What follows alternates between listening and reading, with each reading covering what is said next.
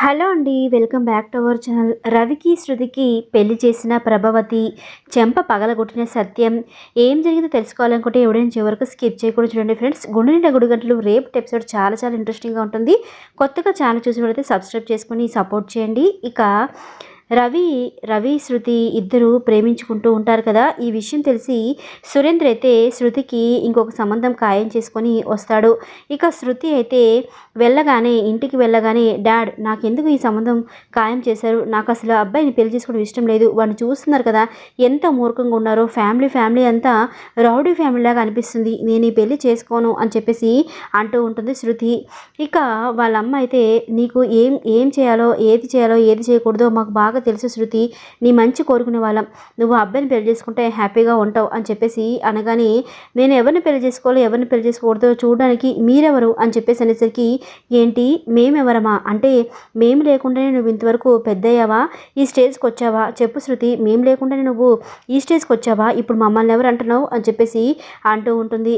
ఇక తన సీరియస్ అయ్యేసరికి ఇంకా సురేంద్ర అయితే నువ్వు ఆగు నేను తనతో మాట్లాడతాను కదా అని చెప్పేసి అంటూ ఉంటాడు. అమ్మ నువ్వు అబ్బాయిని చేసుకో, వాళ్ళు నాకు బాగా తెలుసు, ఏ సమస్య వచ్చినా వాళ్ళు చూసుకుంటారు, మంచి మంచి అబ్బాయి మంచి ఫ్యామిలీ, అంతకు మించి బాగా ఆస్తిపరులు, నువ్వు చేసుకోమ్మా అని చెప్పేసాగానే డాడీ నేను ఆ అబ్బాయిని పెళ్లి చేసుకోను, నేను ఆల్రెడీ ఇంకొక అబ్బాయిని ప్రేమిస్తున్నాను అని చెప్పేసి అంటూ ఉంటుంది. ఇక ఏంటి నువ్వు ప్రేమిస్తున్నావా, నేను నమ్మను అని చెప్పేసి అన్ని సురేంద్ర అయితే అంటూ ఉంటాడు. ఏంటి డాడ్ ఏం తెలియకుండా తెలియనట్టు మాట్లాడతారు, మీకు తెలుసు అని నాకు బాగా తెలుసు, నేను ఎవరిని ప్రేమిస్తున్నానో మీకు బాగా తెలుసు, నేను రవిని ప్రేమిస్తున్నాను, రవి అంటే నాకు చాలా ఇష్టం, నేనంటే కూడా రవికి చాలా ఇష్టం, నేను పెళ్ళి అంటూ చేసుకుంటే అతనే చేసుకుంటాను అని చెప్పేసి కుండబద్దలు కూడా చెప్పేసి అక్కడి నుంచి వెళ్ళిపోతుంది. ఏంటండి ఇది, ఇప్పుడు మనం ఏం చేద్దాం అని చెప్పేసాగానే నేను ఒక ప్లాన్ చేస్తాను, నువ్వేం కంగారు పడకు, శృతి చిన్నప్పటి నుంచి ఏ టైపో నాకు బాగా తెలుసు కదా, నేను కవర్ చేస్తానే అని చెప్పేసి అంటూ ఉంటాడు సురేంద్ర. ఇక్కడితో కట్ చేస్తే ఇక మీనా బాలుకి జరిగిందో చెప్తుంది. ఏంటి వాళ్ళ కూతుర్ని ప్రేమిస్తున్నాడా, నేను వాడికి చెప్పాను కదా దూరంగా ఉండమని, నాన్నని వాడు ఎంత అవమానించాడు, నాన్నకి పెన్షన్ రాకుండా చేశాడు వాడు, ఆ నీచుడు నన్ను కూడా అరెస్ట్ చేయించాడు, అలాంటి వాళ్ళ కూతుర్ని ఈ రవి కూడా ప్రేమిస్తున్నాడా, వాడిని ఊరికి వదిలిపెట్టను, చెప్తా వాడి పని అని చెప్పేసి ఆవేశంగా మాట్లాడుతూ ఉంటాడు బాలు. ఇక మీనైతే ఏమండి మెల్లిగా మాట్లాడండి, అత్తకి తెలిస్తే అంతే సంగతులు అని చెప్పగానే మా అమ్మకి తెలిస్తే ఎగిరి గంతేస్తుంది, అసలే మా అమ్మకి డబ్బులు అంటే మహా పిచ్చి, ఇప్పుడు వీడు డబ్బున్న అమ్మాయిని ప్రేమించడంటే ఇక వెళ్ళి పెళ్లి చేసిన చేస్తుంది, అలాంటిదయ్యే మా అమ్మ అని చెప్పేసి అంటూ ఉంటాడు ప్రభావతి గురించి. ఇక మీనైతే ఏదైనా సరే మెల్లిగా మాట్లాడండి నాకు టెన్షన్గా ఉంది అని చెప్పేసి అంటూ ఉంటుంది.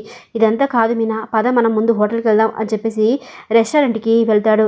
రవి రవి అని చెప్పేసి గట్టిగా అరిసేసరికి ఇక రవి దగ్గరికి వెళ్ళి ఏంటన్నయ్య ఇలా వచ్చావు అని చెప్పేసి అంటూ ఉంటాడు రవి. ఇక బాలు అయితే కాదరు పట్టుకొని రే నేను నీకు చెప్పాను కదరా నువ్వు అమ్మాయికి దూరంగా ఉండమని, దాని బాబు అమ్మాయి వాళ్ళ బాబు నీ మీదకి రౌడీలను పంపించాడు నేను చంపమని, అలాంటి అమ్మాయిని నువ్వు ఎలా ప్రేమిస్తున్నావురా, అసలు నీకు తెలుసు కదా ఎంత అవమానించాడో నాన్నని, అంతేకాకుండా నాన్నకి పెన్షన్ రాకుండా చేశాడు, నన్ను జైల్లో అరెస్ట్ చేయించారు, ఇంత చేసిన వాళ్ళ అబ్బాయిని నువ్వు ఎలా ప్రేమిస్తున్నావురా, నేను దూరం కూడా నీకు చెప్పాను కదా అని చెప్పేసి కోపంగా మాట్లాడుతూ ఉంటాడు బాలు. ఇక రవి అయితే ఏం మాట్లాడకుండా అలా సైలెన్స్గా ఉంటాడు. ఏంటిరా ఏం మాట్లాడేంటి, అడిగేదానికి సమాధానం చెప్పు అని చెప్పేసి బాలు అయితే అంటూ ఉంటాడు. ఇక రవి అయితే అన్నయ్య మేము ఎప్పటి నుంచో ప్రేమించుకుంటున్నాము, నాన్నకి అతనికి గొడవ ముందు నుంచే ప్రేమించుకుంటున్నాము, నిన్ను అరెస్ట్ చేయించక ముందు నుంచే మేము ప్రేమించుకుంటున్నాం అన్నయ్య అని చెప్పేసి అంటూ ఉంటాడు రవి. అంటే ఇప్పుడు ఏమంటావు, నీకు ఆ అమ్మాయినిచ్చి పెళ్లి చేయాలంటావా ఏంటి, అది నేను చచ్చినా ఒప్పుకోను అని చెప్పేసి అంటూ ఉంటాడు బాలు. నేను అమ్మాయి ప్రేమించుకున్నాం అన్నయ్య, మీరు ఒప్పుకుంటే పెళ్లి చేసుకుంటాము, లేదంటే ఇలాగే ఉండిపోతుంది తప్ప మేము నేను ఇంకెవ్వరిని పెళ్లి చేసుకోను, నేను పెళ్ళి అంటే చేసుకుంటే శృతిని పెళ్లి చేసుకుంటాను అని చెప్పేసి అంటూ ఉంటాడు రవి. ఇక బాలు అయితే రే అని చెప్పేసి కాలు పట్టుకునేసరికి ఇంకా మీనైతే ఏవండి ఇది ఇల్లు కాదు రెస్టారెంట్ అని చెప్పేసి అంటూ ఉంటుంది. మీనా ఆపి ఇక బాలు అయితే బయటికి పదరా చెప్తాను నీ పని అని చెప్పేసి బయటికి తీసుకొస్తుంది రవిని.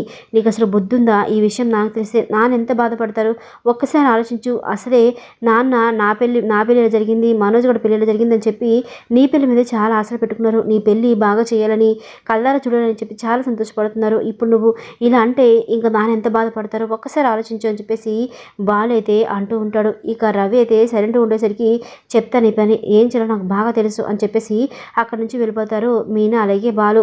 ఇక మీనా అడుగుతూ ఉంటుంది ఏవండి ఇప్పుడు మనం ఏం చేద్దామండి అని చెప్పేసి నాకు అది అర్థం కావట్లేదు పులగంప, ఈ విషయం ప్రభావితం తెలిసిందంటే వెంటనే వెళ్ళి పెళ్లి చేస్తుంది, ఎలా దీన్ని ఆపాలి అని చెప్పేసి ఆలోచిస్తూ ఉంటాడు బాలు. ఇక్కడితో కట్ చేస్తే రవి శృతిని కలుస్తాడు. ఇక శృతి, ఎందుకు శృతి మా ఇంటికి వెళ్ళావు, ఎందుకు మా వదిలికి అంత చెప్పావు అని చెప్పేసి శృతి మీద సీరియస్ అయిపోతూ ఉంటాడు.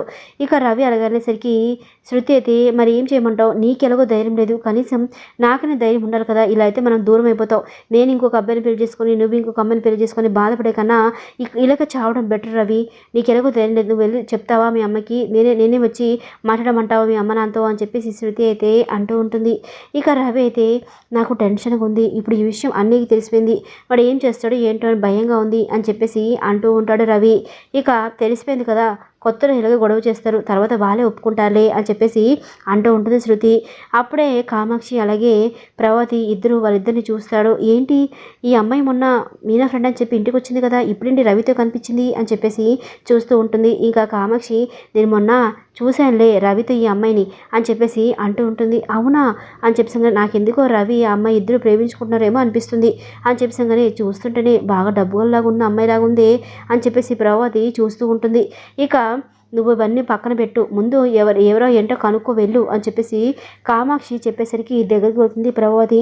ఇక రవి ప్రభాతం చూసి టెన్షన్ పడిపోతూ ఉంటాడు. అమ్మ అది తిరిగి నా ఫ్రెండ్ అని చెప్పాను. కానీ ఇక శృతికి చాలా కోపం వచ్చి, ఫ్రెండ్ ఏంటి, నువ్వు ప్రేమించుకుంటామని చెప్పొచ్చు కదా ఆంటీ, తిను ప్రేమించుకుంటున్నాము, మాకు పెళ్లి చేయండి, మాకు పెళ్లి చేయకపోతే మా డాడీ ఇంకొక డబ్బున్న సంబంధం చూసి పెళ్లి చేస్తారు, అప్పుడు రవి అలా ఒంటరి పడైపోతాడు, చూసుకోండి ఆలోచించుకోండి, మా ఇద్దరికి పెళ్లి చేయండి ఆంటీ అని చెప్పాను. కానీ ఎవరి తాలకమ్మా నువ్వు, ఎవరమ్మాయి నువ్వు అని చెప్పాను. కానీ పలానా వాళ్ళ అమ్మాయిని అని చెప్పేసి అనేసరికి ఇంకా ప్రభావతికి చాలా సంతోషపడిపోతూ ఉంటుంది. అమ్మ నా కొడుకు ఒక డబ్బుంటి అమ్మాయిని ప్రేమించాడనమాట, అంటే ఈ అమ్మాయిని పెళ్లి చేసుకుంటే నా అప్పులన్నీ తీరిపోతాయి అనమాట, రోహిణి ఎలాగో ఏది చెప్పట్లేదు, కనీసం ఈ అమ్మాయినైనా రవికి ఇచ్చి పెళ్లి చేస్తే ఇంకా నేను హ్యాపీగా ఉండొచ్చు, నా కోరికలను తీర్చుకోవచ్చు అని చెప్పేసి మనసులో అనుకుంటూ ఉంటుంది.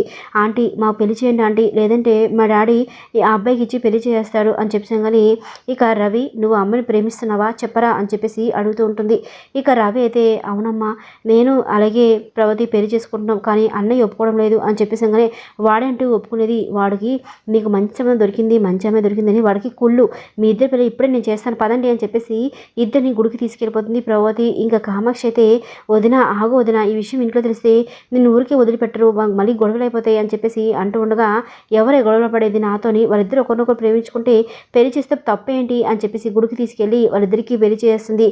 ఇక శృతి అయితే ప్రభావతిని కౌలించుకొని, థ్యాంక్స్ ఆంటీ, ఎంతమంది చెప్పినా నా పనవలేదు, మీరు ధైర్యం చేసి మా ఇద్దరికి పెళ్లి చేశారు, నిజంగా మీరు చాలా ధైర్యవంతులు ఆంటీ అని చెప్పేసి హగ్ చేసుకుంటుంది ప్రభావతిని.